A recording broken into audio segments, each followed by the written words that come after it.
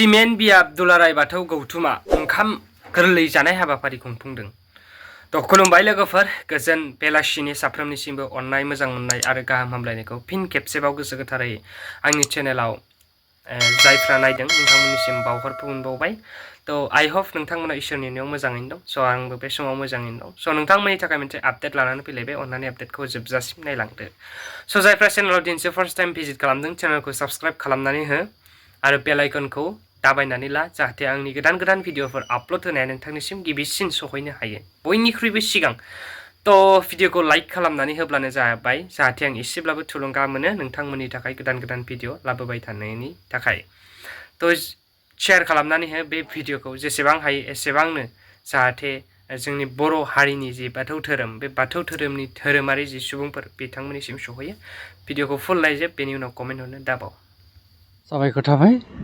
Cement दख'रा दुलाराय बाथौ गौथुमनि गेजेरजों दिनै ओंखाम गोरलै जानाय फोरबोजों लोगोसेयैनो बिथांमोना सिजौआरि मोनसे लेखा सुजुनानै दिहुनफादों।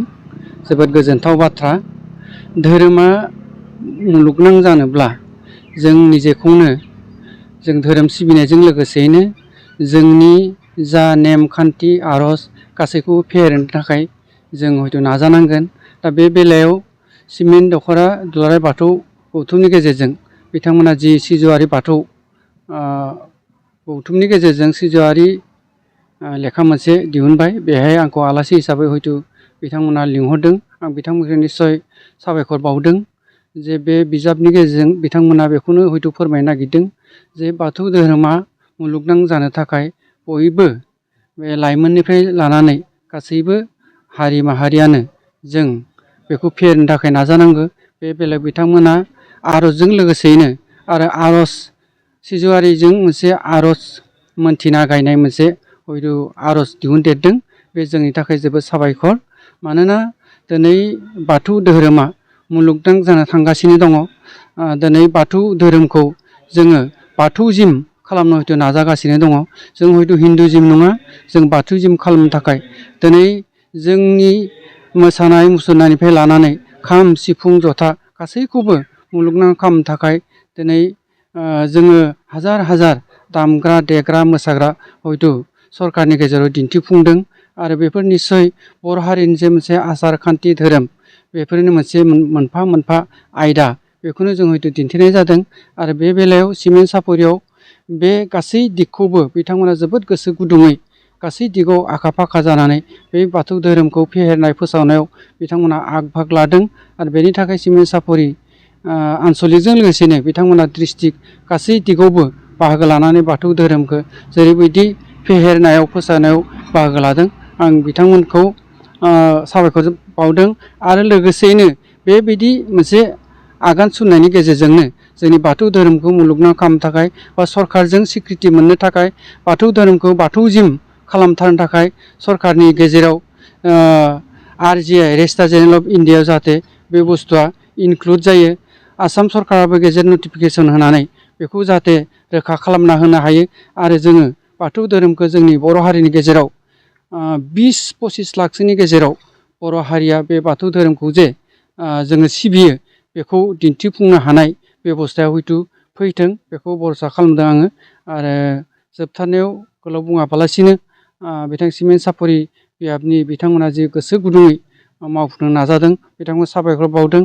आरो बिथांमोना लोगोसेनो गिदिर मोनसे खामानिया बेनो जे बाथौ धोरोम एबा थानसालिखौ जोबोद गिदिरै लुफुंनानै मोनसे प्रेयार हल लोगोसेनो थानाय बे गासै बेबस्थाखौ बिथांमोना गोसो गुदुङै गावबा गावनि कन्ट्रिबिउसननि गेजेरजों बिथांमोना बेबस्था लादों। बेबो निस्सय जाफुंगोन। आरो आवगायबाय फ्राय 20-25%। बेफोरबो गासैबो जाफुंगोन। आरो बे दिगाव जोंबो कन्ट्रिबिउसन होनायाव गोसो गुदुङै बिथांमोनखौ मदद होनो गोसो। बाथौ धोरोमा मुलुगनां जाथों, बेखौनो जोबथारनायाव आं साबायखर बावनाय थाबाय। गोजोन्थों। गिबि गिबियावनो बड'लेण्ड पर्टेल निउसजों लोगोसे गुबुन गुबुन पर्टेल निउस बयनिसिमबो आरो रादाब बुथुमगिरि आरो रादाब नायगिरि बयनिसिमबो सिमेन्ट बियाब दुलाराय बाथौ गौथुमनि जानानै ओंखाम गोरलै बाउनाय फोरबोनि बयनिसिमबो रोजा रोजा साबायखर बावग्रोबाय। जों दिनै ओंखाम गोरलै बावनाय बे फोरबोजों लोगोसे फुंबिलिनिफ्राय गोथार बाथौ थानसालि साखोन सिखोन खालामनायजों लोगोसे नैथि हाबाफारि जोङो गोथार धोरोमारि फिरफिला बिरहोनाय रुंसारि बाथौसा बिथांमोनखौ बिबार बावजेननाय आरज मोनथिना आरो गोथार हाबाफारिजों सोमोन्दो लाखिनानै जों सिमेन्ट बियाब दुलाराय बाथौ गौथुमा सिजौआरि आरज आरो मोनथिना बिजाब जोङो दिहुनदोंमोन। बेखौ दिनै बेखेवदों। बेखेवनायाव जों मोननो हादोंमोन जनाइनि UN एकाडेमि मेम'रियेल बड' हाइ स्कुलनि गाहाय फोरोंगिरि मानाव गेदेर भुमिधर बर' सार आरो जों गाहाय आलासि महरै मोननो हादोंमोन जोंनि मोनसे समनि दुलाराय बाथौ गौथुम आफादनि बारग' फोसावदिं नेहाथारि मानाव गेदेर ललित बर' सार आरो जोंनि ओनसोलनि माहारियारि आफादनि मानाव गेदेर जोंनिनो XBLT वेलफेयार ससाइटिनि आफादगिरि सानसुमा सार खौसेथि बर' सुबुं आफाद धेमाजि जिल्लानि आफादगिरि रातिराम बसुमतारी सार बिथांमोनखौ जों हांख्रायनानै दिनैनि जा ओंखाम गोरलै बावनाय फोरबो बे फोरबोखौ जों गाजा गोमजायै फुंबिलिनिफ्राय जों गाजा गोमजायै फालिनाय जादों आरो बेखिनिया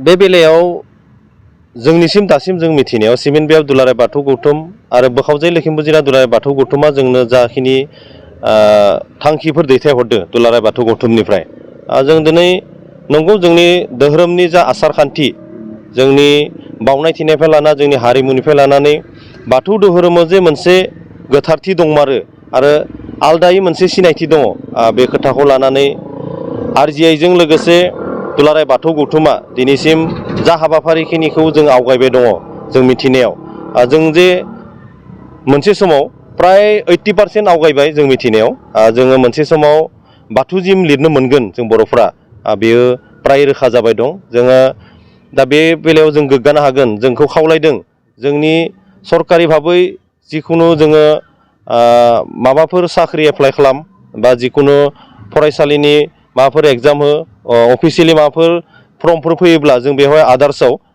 बाथौ जिम बा बाथौ बेखौ लिरनो हागोन होननानै दुलाराय बाथौ गौथुमनिफ्राय जोंनो रोखा फोरमायदों। बेखायनो आङो ओनसोलनि आरो जोंनि बर' माहारि गासै बाथौआरिफोरखौ आं बेखौनो खावलायगोन जों बयबो बे आदार्स जिथु जों फर्मफोर फिलआप खालामनाय आदार्स थायो बेवहाय जों बयबो बाथौ बेखौ लिरनो थाखाय आं गुरै सिमेन्ट बियाब दुलाराय बाथौ गौथुमनि जानानै गाहाय नेहाथारि जानानै आं बेखौनो खावलायदों। साबायखर।